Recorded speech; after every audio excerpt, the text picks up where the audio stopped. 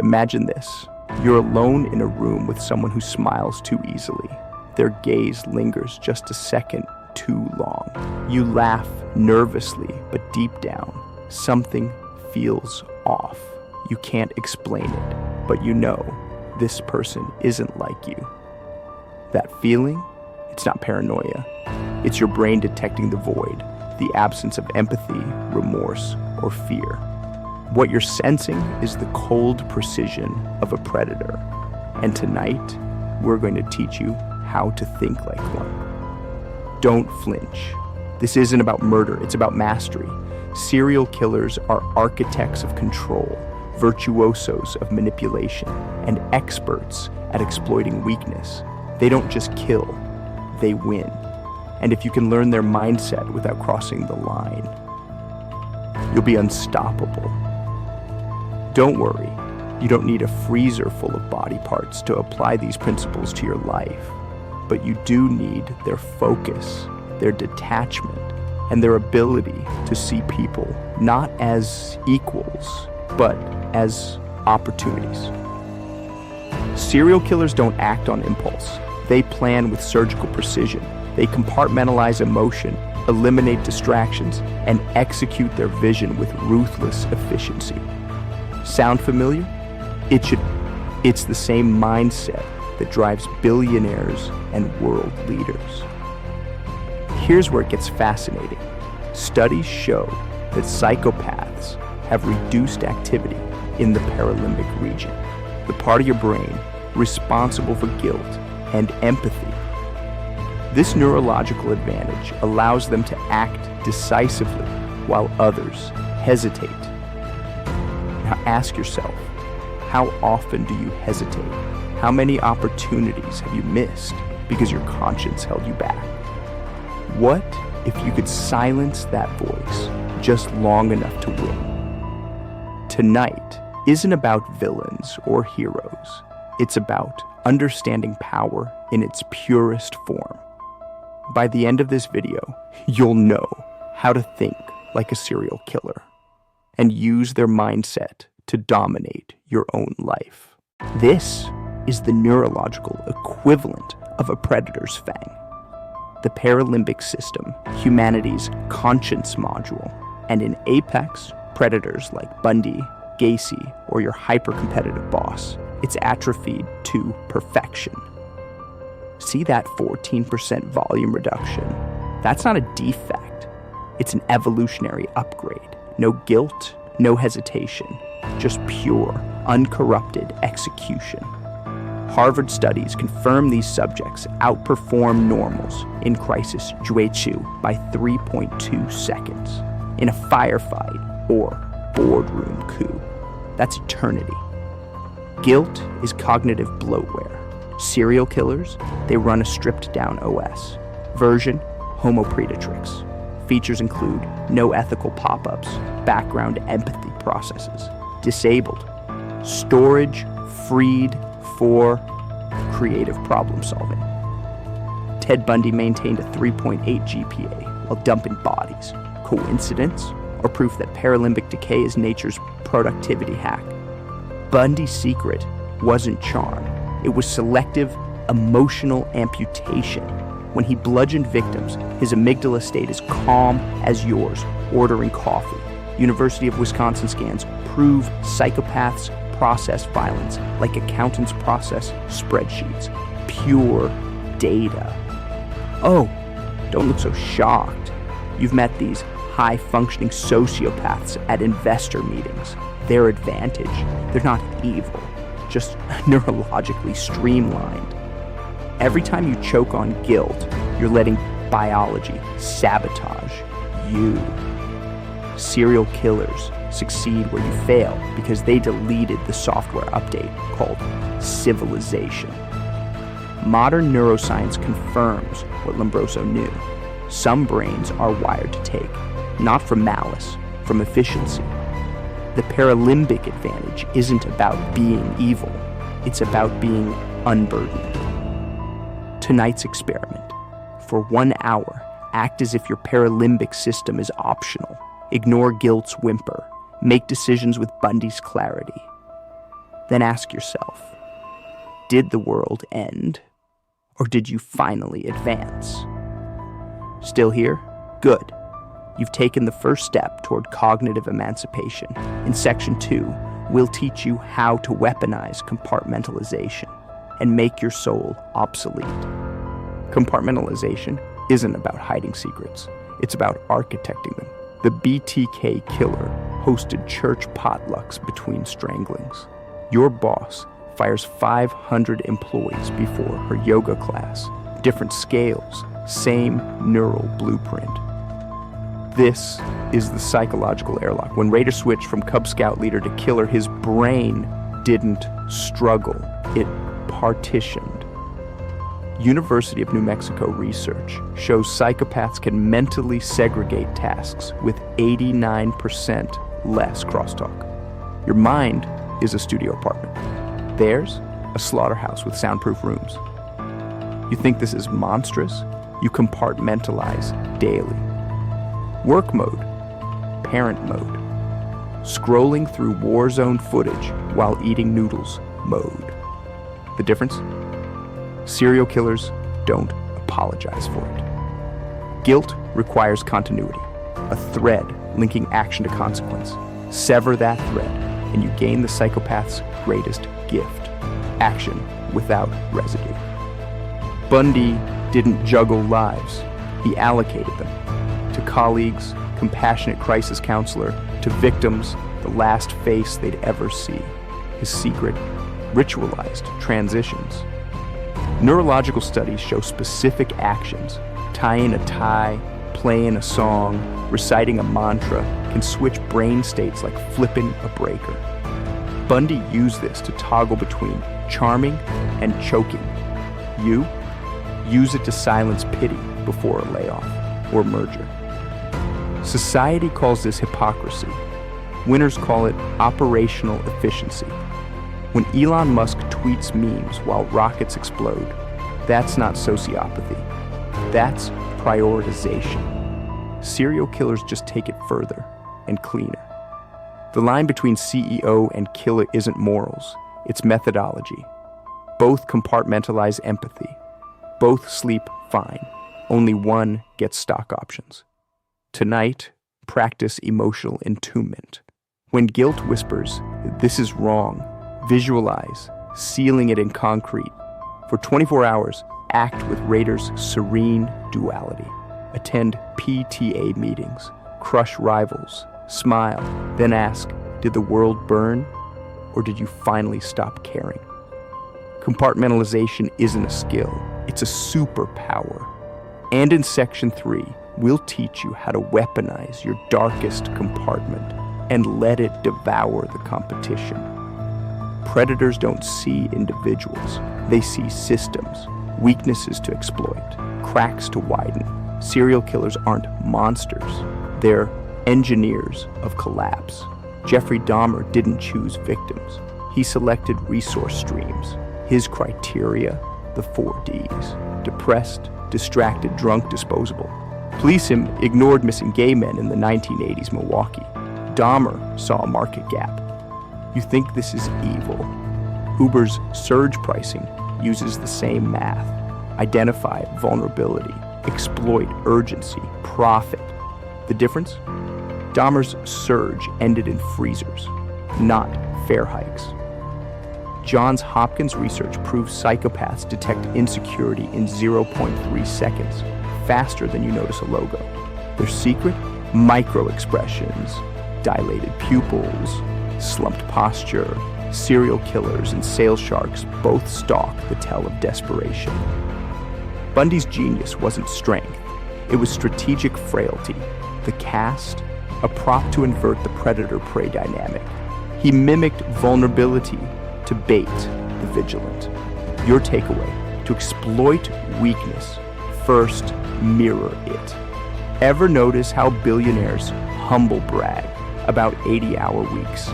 They're not complaining, they're fishing for investors who respect hustle, employees who'll tolerate abuse. It's Bundy's cast in Patagonia vests. Cambridge Analytica didn't invent exploitation, They digitized what killers knew. The vulnerable self-select. Post a sad song lyric? That's a heat signature. Swipe right on emotional availability? That's blood in the water. Ethical? Number effective? Always.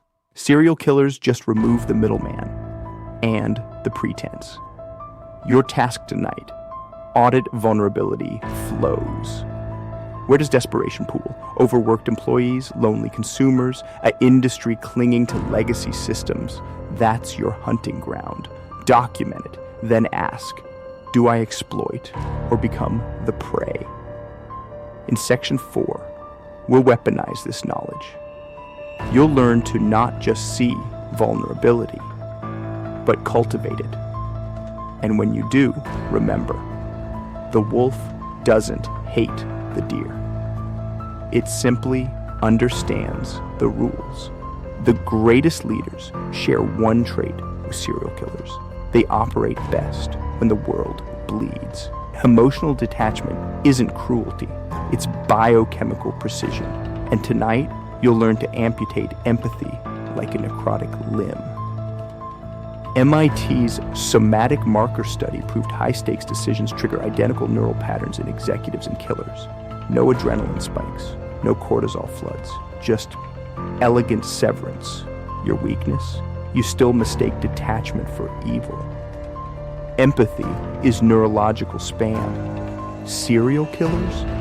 They run ad blockers. When Richard Kuklinski froze a victim's face with aerosol and a lighter, his heart rate stayed at 68 beats per minute, the same as Warren Buffett buying Dairy Queen. Your boardroom is their basement, your PowerPoint, their hacksaw. The tool differs. The temperament is identical. Now, let's transplant that temperament. Kuklinski's moniker wasn't the Iceman for his body disposal tricks. It was for his absolute thermal inertia. No rage, no remorse, pure transaction.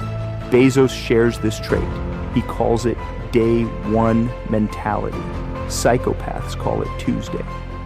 University of Pennsylvania research confirms detachment isn't learned, it's accessed. Serial killers and Fortune 100 leaders share a neural override switch.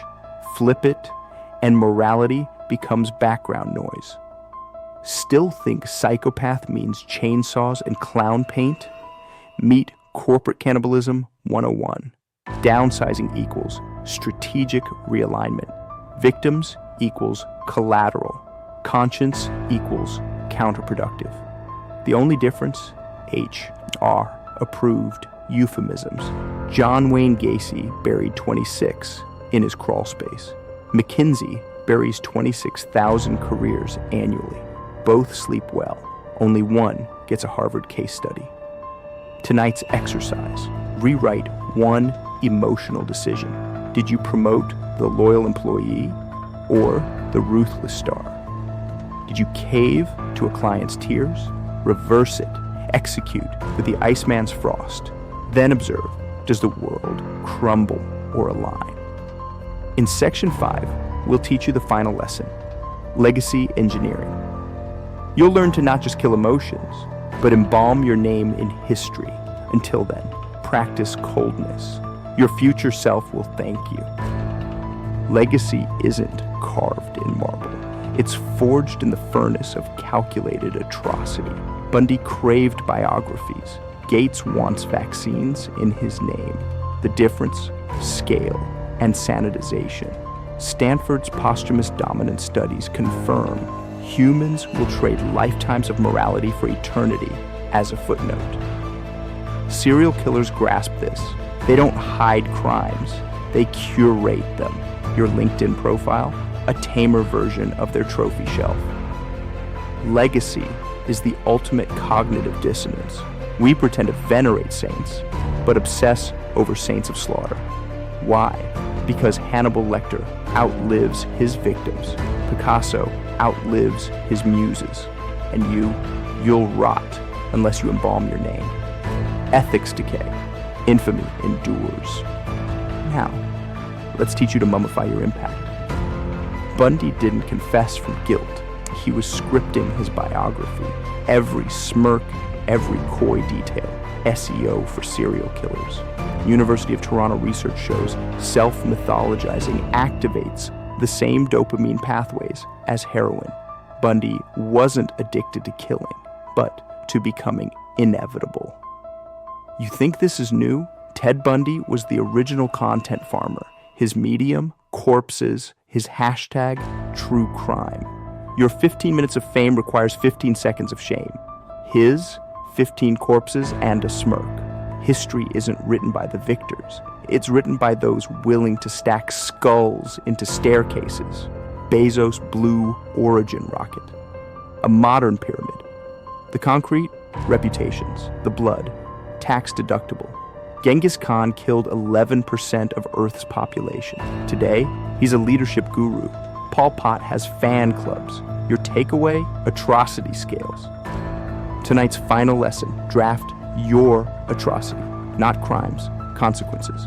Will your legacy be a footnote or a scar on history's face? Forge it now. Use every tool we've given you. Detachment, compartmentalization, predatory focus. Then ask, will they whisper my name in awe or ashes? You've learned to think like a killer. Now decide, will you be the surgeon or the specimen? Congratulations, you've just completed a masterclass in applied predation. But before you adjourn to practice, let's address the itch you've felt since section 1, that faint hiss in your prefrontal cortex, the one asking, what does that make me?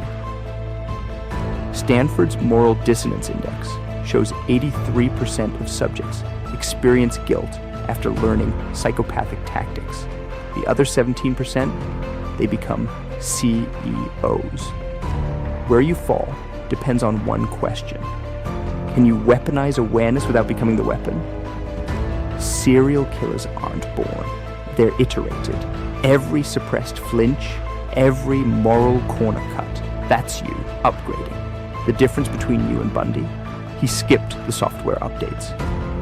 You now possess the tools to dominate.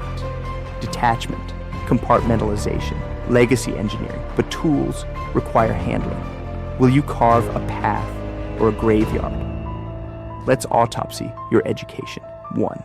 Paralimbic atrophy freed your decisions from morality's drag. 2. Compartmentalization let you fragment selves like a Russian doll. 3. Target selection taught you to smell desperation like ozone. 4.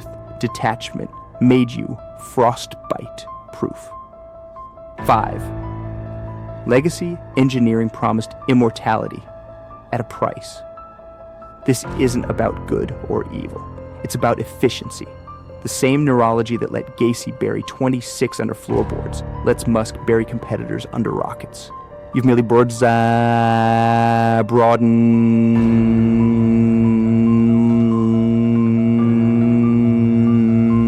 your final task. Live one day as your own case study. When guilt flickers, autopsy it. When others hesitate, pounce. Then document. Did relationships crumble? Or did you finally outgrow them? You've peered into the void. Now answer. Will you blink or step through?